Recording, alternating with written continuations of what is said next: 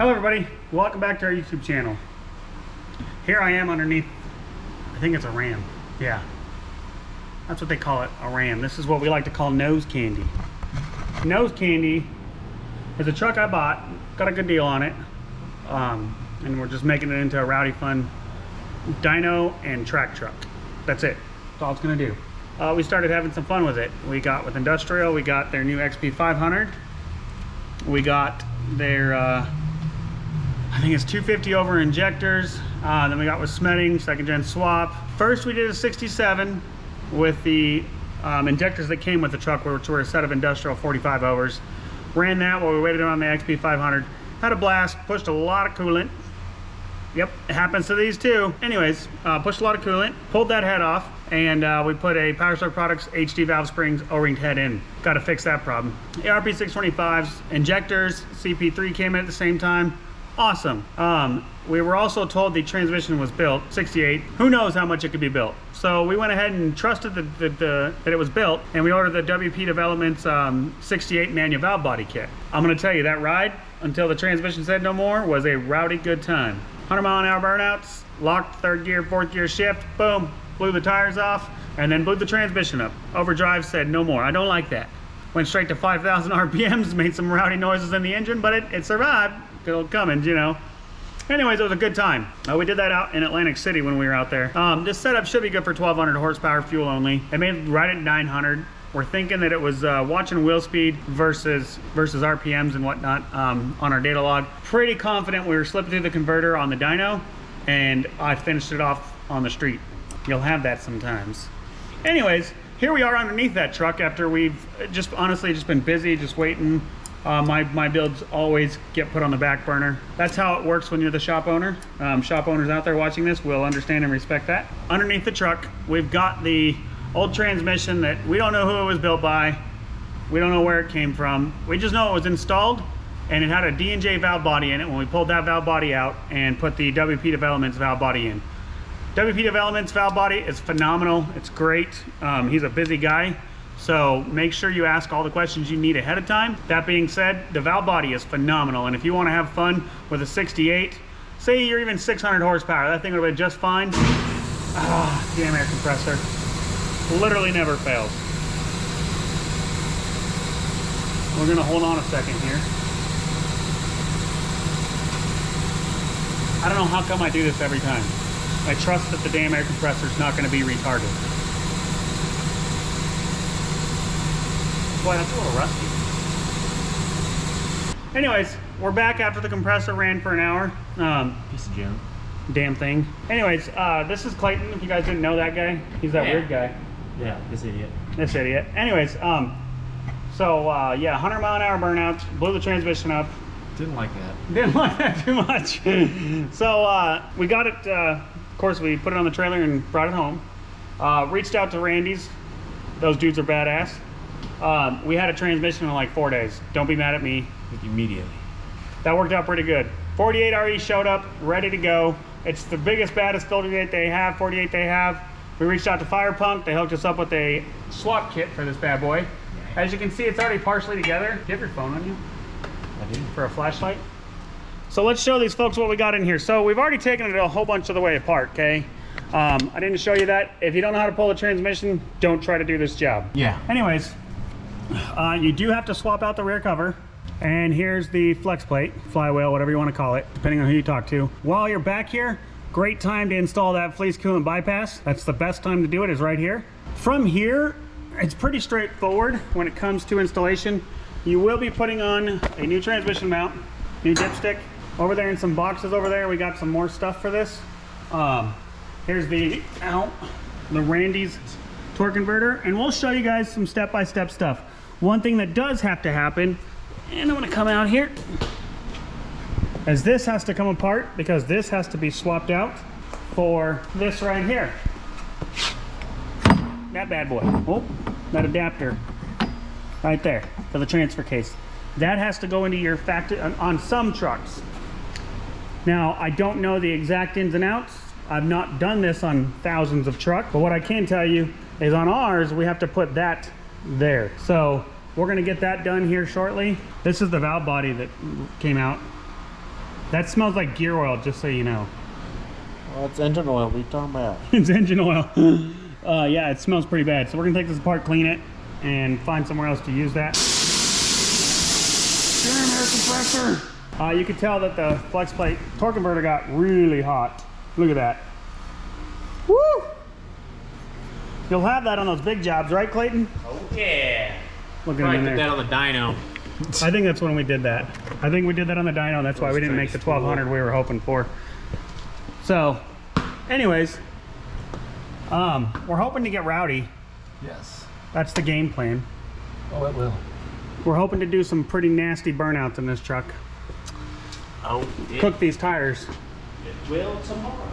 Hopefully it does tomorrow or the next day. So anyways, we'll take some step-by-step here. You'll probably see Dakota on here a lot. He's the one that's gonna be doing the majority of the work for me. I have all you awesome customers to talk to all the time. There's nothing wrong with that. It just means I don't get to work on trucks as much as I want to anymore. Right, Clayton?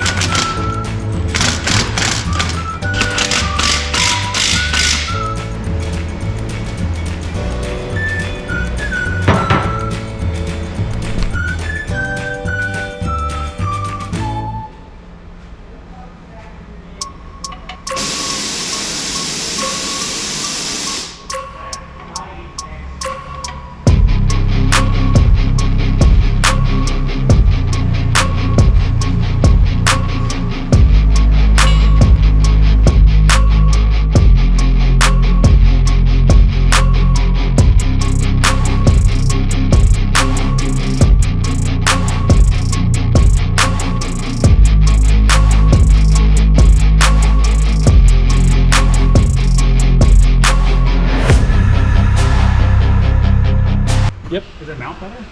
Yep. Mounts way better, doesn't it?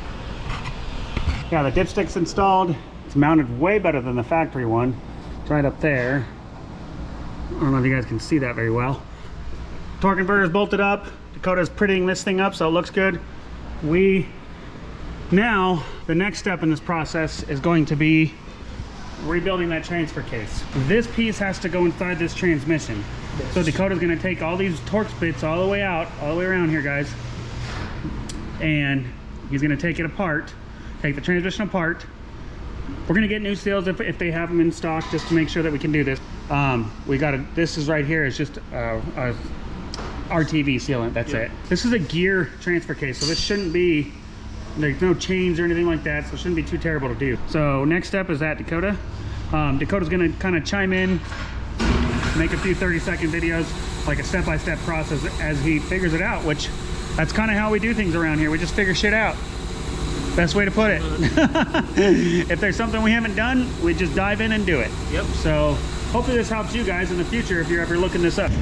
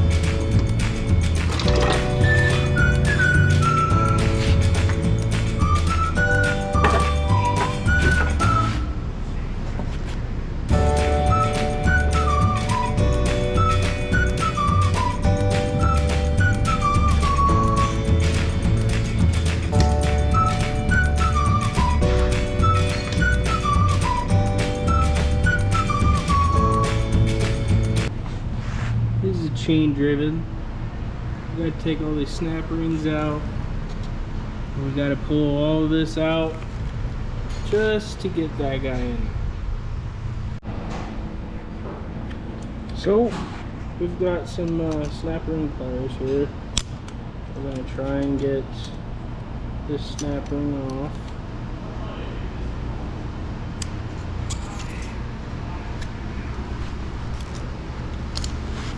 This should come off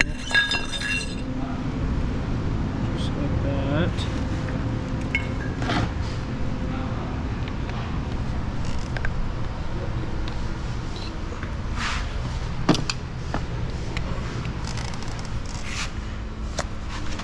I'm guessing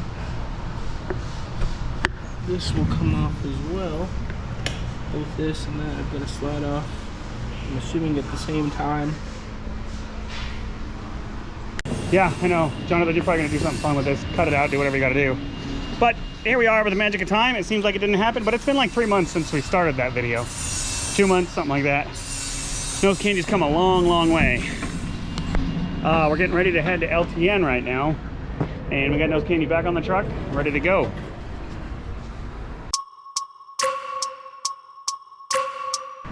There's nose candy on the Pete. We've learned some stuff with nose candy. Obviously, the 48 swap is awesome to do, but okay, man. Well, we're on transmission number 2 for the 48s. Unfortunately, something catastrophic. We haven't gotten the report back from Randy's yet. Randy's, of course, stood behind it, taking care of us. So we still love the transmission. The 48, this one is just grabbing gears like no other. Fill every single shift, which is what we want. Shift's amazing. And it's cooking tires, if you can't see. We're 300 miles into the top end build. Blew the 68 up in the first 100, the second 48, and about 100. And we're on the first 48, now we're on the second 48. Yeah, 300 miles for a full set of tires and 3 transmissions. Pretty fun, pretty fun. Sometime this winter when we take the valve cover back off and stuff, we're gonna show you guys how we did, what we're doing with the crankcase ventilation, because constantly pushing oil, no matter what valve cover we put on there. So we've kind of given up on it, and now we're just kind of trying to redevelop the CCV system. We'll show you guys that later. This is more the 48 swap. So I'm gonna crawl up underneath here on the back of the Peterbilt here and show you guys some stuff that we've done.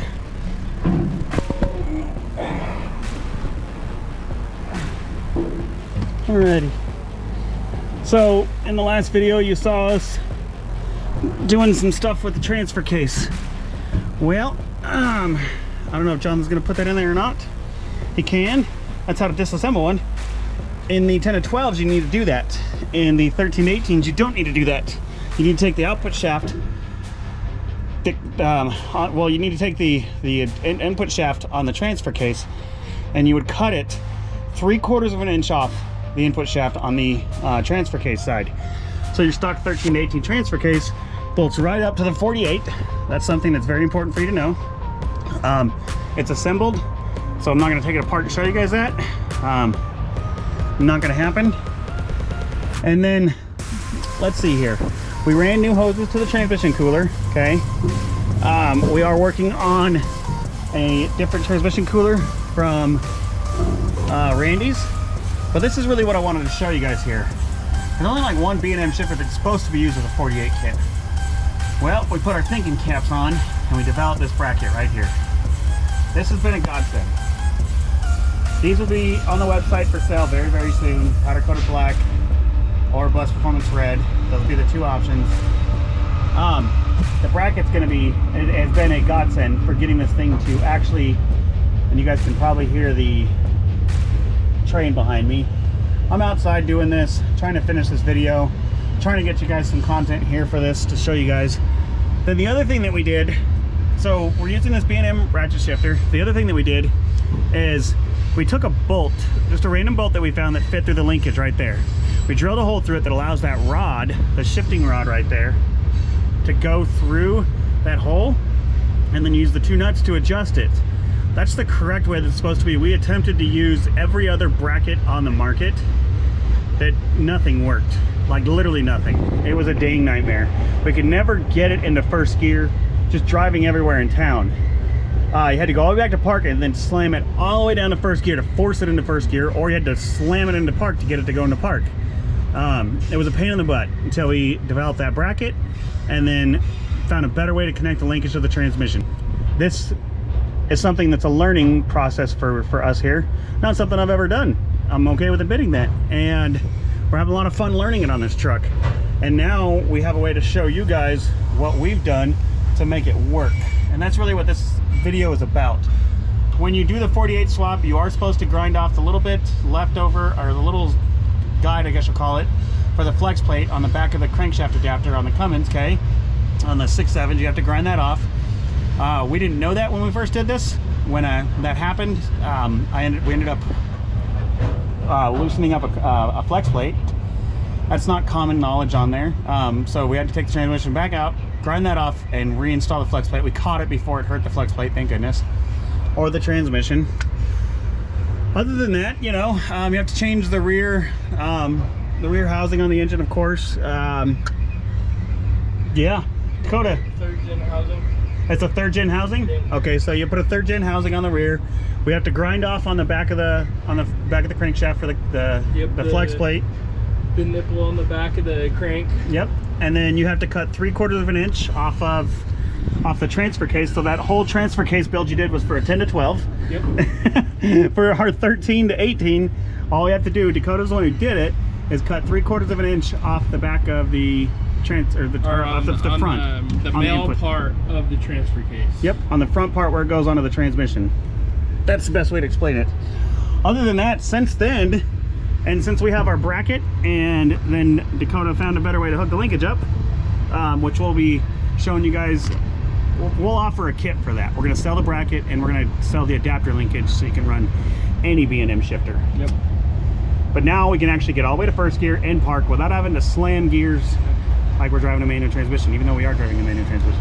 One other thing is if you do decide to go to full manual valve body, Randy's transmissions, a bunch of other people's transmissions, they have the TV cable pinned to a certain pressure. So you do not have to do any of that linkage on that. It's already set. That's only, the TV cable's only if you're not doing the full manual, if you're trying to reuse your factory shifter. Yeah, exactly. That's something we learned the hard way as well. Yes, we did. We've learned a lot the hard way. That's why we're on transmission number 3 here. Okay? So, and a full set of tires in 300 miles. Yep. That being said, it's been a sure fun 300 miles. Let me tell you what. Now that we've got it dialed in, she's pretty rowdy and she's very happy. Yes, and I'm happy to drive it. We're also going to be releasing some electric fans for you guys for these 4th gens. We'll show that in another video. Just something that we want, a little teaser. We've been testing, and we're gonna test on this trip for Lifted Truck Nationals and Smoky, and we're gonna test it out and see how it does driving, you know, daily driving it there in the heat and the cool of the mountains, and see what it does. And from there we'll be releasing it. See if it stays cool doing a burnout. See how cool it stays doing a burnout. We don't expect it to stay perfect, obviously. We just want it to stay cooler longer. Yeah. Most likely those are going to be done at LTN. Our goal is to be able to pop some tires without it overheating. That's the goal. It has gotten hot a few times. A few times, but you know what? We built it right, and she's living. It's held up. It's held up to 285 degrees with my right foot twice now.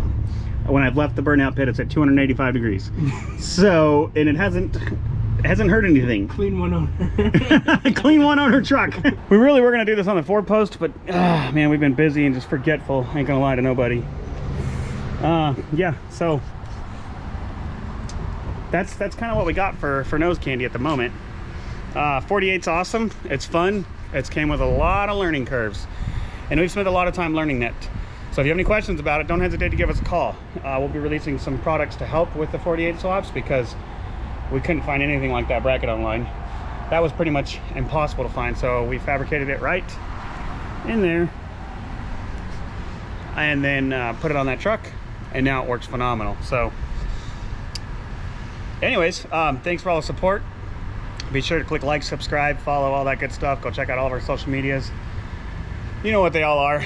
We probably have every one of them, I think, most likely. Anyways, thanks again for the support, guys. Hopefully we'll see you at Lift Truck Nationals after this, before this, somewhere in there, video. This winter we got some more things to do to this Peterbilt. Look at those 8-inch stacks.